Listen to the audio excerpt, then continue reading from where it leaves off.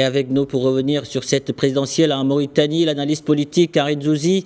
Arine Zouzi, bonjour et merci d'avoir accepté notre invitation. Merci de m'accueillir. Alors ce samedi, c'est jour de vote en Mauritanie. 7 candidats sont en lice, parmi eux le président Mohamed Ould El Ghazouani. Quels sont aujourd'hui les enjeux de cette présidentielle? Alors, le premier enjeu, évidemment, ce sera la crédibilité de ce scrutin, puisque des voix se sont élevées pour dénoncer, on va dire, l'ambiguïté de la commission électorale, mais au-delà, bien évidemment, il s'agira de pouvoir, d'une part, garantir un avenir à une jeunesse qui est majoritaire aujourd'hui dans ce pays. Il faudra aussi, dans une certaine mesure, même si ce combat est porté par assez peu de monde en Mauritanie, essayer justement d'abolir de manière définitive l'esclavage. Vous avez évidemment la lutte contre la gabegie financière, la corruption et surtout évidemment le problème sécuritaire, même s'il est vrai depuis bien 2011, eh bien la Mauritanie n'a plus connu d'attaque sur son sol.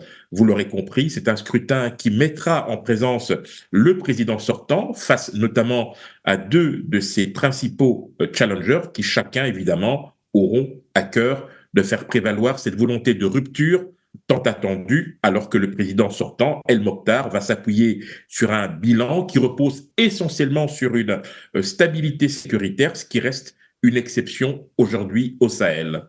Alors, je le disais, le président sortant fait face à 6 autres candidats. Biram Abeid, le militant des droits de l'homme, en fait partie.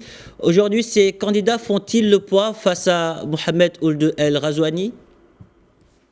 Écoutez, aujourd'hui, le président sortant bénéficie d'un avantage non négligeable. D'abord parce que son parti reste majoritaire au Parlement. Il faut rappeler que le candidat islamiste Hamadi Ould El Mokhtar détient 11 des 176 sièges à l'Assemblée nationale. De son côté, Biram Ould Dar Abeid, malgré le combat qu'il mène fort courageusement depuis très longtemps, hein, notamment pour abolir l'esclavage, reste un militant certes résolu, mais qui ne dispose pas, je dirais, de la machine partisane qui pourrait lui permettre de tenir tête au président sortant, même s'il est vrai qu'en 2019 déjà, eh bien, Biram Ould Al-Beid a terminé deuxième du scrutin.